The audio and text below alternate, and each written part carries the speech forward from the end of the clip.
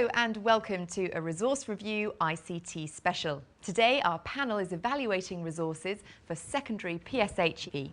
The resources that we're investing our time in are an interactive game on tax and spending, a website that promotes physical and mental health, and a personal finance website. Recommending our resources today is Kay Lord, an independent educational consultant who specialises in PSHE. On the panel we have teacher Diana Boyd from Central Lancaster High School and Alan Mills from the Specialist Schools and Academies Trust. And our ICT investigator Matthew Tosh will be putting the resources through their paces in the test lab. So Kay, let's begin with your first choice of resource. It's the interactive game, the Redbox. Tell us about it. Well, I chose this because it's an interactive resource that spans the whole of Key Stage 3 and Key Stage 4. Okay. But it's also supported by a video and some hard copy teachers' notes. The purpose of the resource is to teach the young people about taxation, and the game itself is a way of demonstrating to the pupils that money has to be raised so that it can then be spent on priorities. So they have to make some choices of how they spend, but first of all they have to make the money, which is how they do it through this game. Okay, now let's go over to Matthew to see how he got on with it. I bet you can't wait to see this one, budgeting, VAT and excise duty. It's all here on the Redbox website. The idea of the game is you visit different buildings within a square, answering a question for each building. When you answer a question correctly, it generates money for you, and money is good because you can reinvest it in your square. So here's my square here. To start moving to a new building, I click on the fountain in the middle and the whole square spins around. It will eventually settle on a building. There we have it. And my first question is here. Now the information for the question can be found in the top box here on the right hand side. You sort of scroll through it. Now I didn't find that particularly interesting because it's quite verbose. It was a little bit like reading a tax form. Now occasionally you'll see a moving object like this plane here. If I click on that, it gives me a bonus question. Same style of question, so the idea is if you see something moving, click on it because it's going to get you extra money. Now after some rounds in the game you'll get a bonus game come up. It's interspaced between some of the questions. Again, this can allow you to generate more money. There's things like balancing income tax and expenditure, building children's playgrounds. There's a lot of variety for the game. At any point you can click on the glossary to get further information. There's loads of information here for children. At the end of the round you have a choice of investing your money in your square or saving it for the next round to build up your budget. The site runs on Flash and Shockwave, so you need to ensure that you have these installed on your computer, both of which are pretty much standard in schools. If you don't have this though, or you have a slow internet connection, there is an HTML version of the website, although I have noticed this runs a little bit slower. The teacher section is pretty good. Here you've got links to other curriculum resources, and you can order some resources from the website, including a video, leaflets and handouts, which arrive in a rather attractive box. I'm off to number 11 now.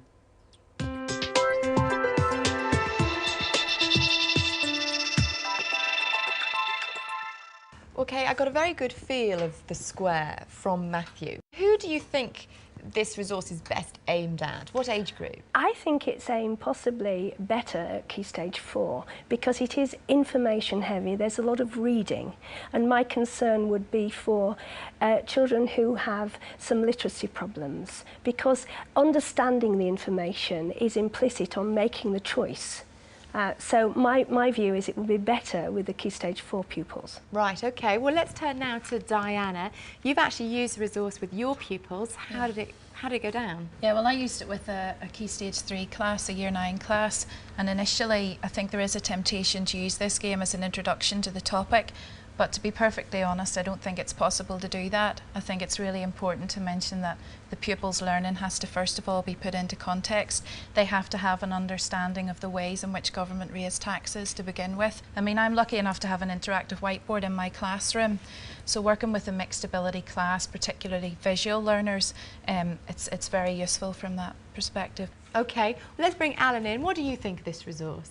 I hope there's a moral dimension to this, because some of the questions, in my mind, need a great deal of interpretation and discussion by the teacher. There were discussions about army, terrorism, a whole lot of things there which we're not purely about tax. They were issues about how we spend our money.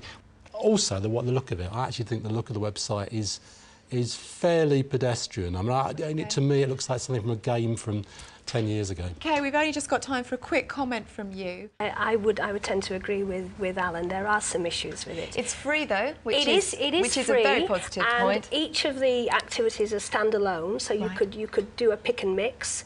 But again, we're back to the resource is only as good as the person using it. Well, on that point, let's move on to Kay's second choice of resource. Kay, this is a free website called Mind, Body and Soul. Can we have a look at it and tell us about it? This is a website, part of the Wired for Health series, which supports the Healthy Schools programme. It's not a new site, it's been running since about 2004. This particular aspect of it is Key Stage 4 specific, and as you can see it deals with a whole host of topic areas which are pertinent to the Healthy Schools Award. It's got a teachers page which again is really, really useful.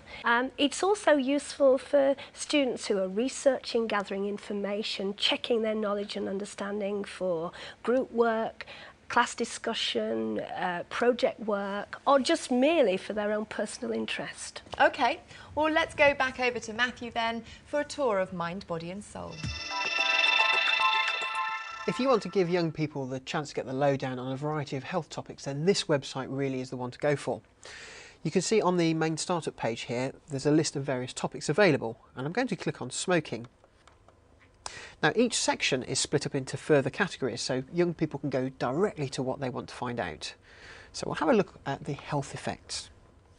This page, there's a lot of text on it, although it's all relevant to young people. And as we scroll down, you can see it's split up with icons to ease navigation and ease reading. If I click on this one here, a pop-up window opens, so you'll need to allow pop-ups from the website.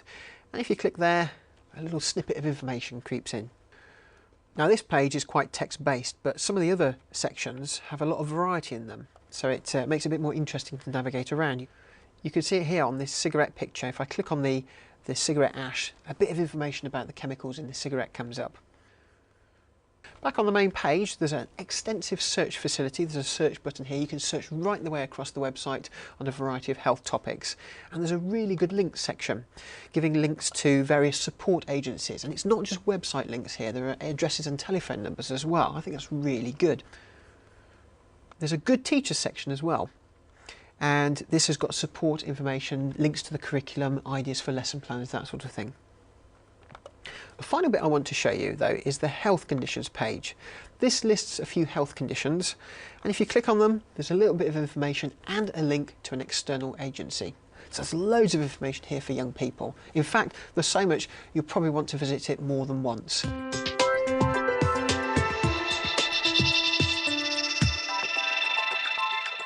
Okay, this is a vast resource. There seems to be a lot of information on the site. Is there too much information on it? I don't think there's too much information, but like most websites, there is a lot of information on there. And it does rely on some preparatory work by teacher to set the scene for the topic so that the young people are confident to go in and find the information or work on the quizzes to test out their knowledge and understanding. Okay, well, Diana, coming to you, did you find you had to do a lot of preparatory work with your students? No, absolutely not. I think this is an excellent resource. I used it with a group of Year 11 boys, and teaching emotional health and well-being to Year 11 boys isn't the easiest thing to do. No. So I thought that the website itself was an excellent way in, and 5 of the boys actually commented on how good they thought the website was.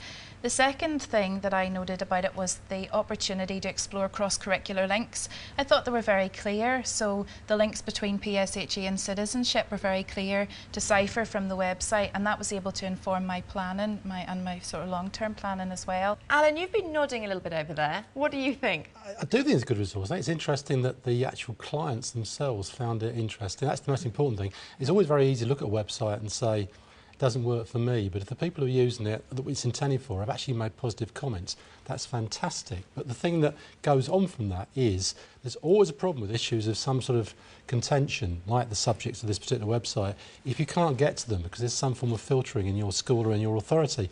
And I have to say again, I think it's a real problem. If we're not in the business of teaching our students how to use the internet properly, there'll be no filtering at home. So if we're not teaching them how to use it, how to make sure they're using it effectively and sensibly, that is our job as educators. We've got to allow them to get access full it, access to it. and not just at home. We can't rely on them just doing it at home. It has to be in an environment where the teacher is controlling, facilitating and supporting. And supporting, yes. All right, well, time now to move on to Kay's third choice of resource, My Money Matters. Now, this is a free website again, associated from a bank though. It's about personal finance. Tell us more about it. The reason I chose this one is it's very much about the personal aspects. This is really about how I budget, my responsibility for my budget. So how does this resource work? It's a series again of information.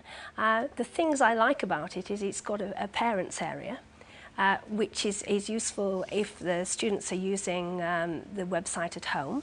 It's got a teacher's page, it's got lessons, lesson plans, which help with teachers' planning.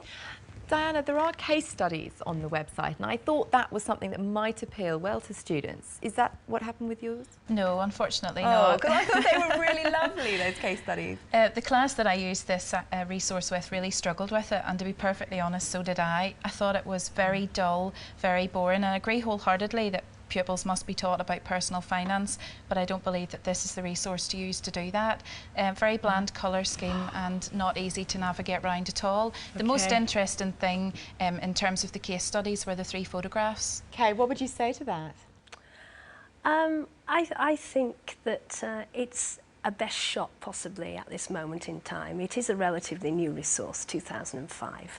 It is dealing with the personal dimension of finance. So there may be other things that come along that are better. I think what it needs to be is far more linked to things that the teacher can do rather than the reliance upon the website. I think there needs to be some more interaction, so teacher and pupils and the resource feel more at one. Alan, what would you say about this resource? I totally agree. That's good. I think it was a real wasted opportunity. It's very inconsistent as well. I mean, there's little bits in it that ask you to drop and drag, and then the next thing you're typing things in. I couldn't work out the logic of the way they'd intended to do it, and I did feel it was very bare in terms of opportunities. It's set out like a file, a folder. You know, everything's there. It's in the right colours for the company. Everything's there, but it doesn't appear to have used the web at all. Well, room for improvement on that last one. But just to recap, the 3 resources that we've looked at today are the Redbox website from EdComs, Mind, Body and Soul from the DFES and Department of Health, and My Money Matters from Alliance and Leicester plc. For more information about resources featured on today's programme, go to our website. It's teachers.tv/resource review. Or if you want to, email us, resourcereview@teachers.tv. A big thank you to our panel, to Kay, to Diana and to Alan. Thank you for joining us. We'll see you next time on Resource Review. Bye-bye.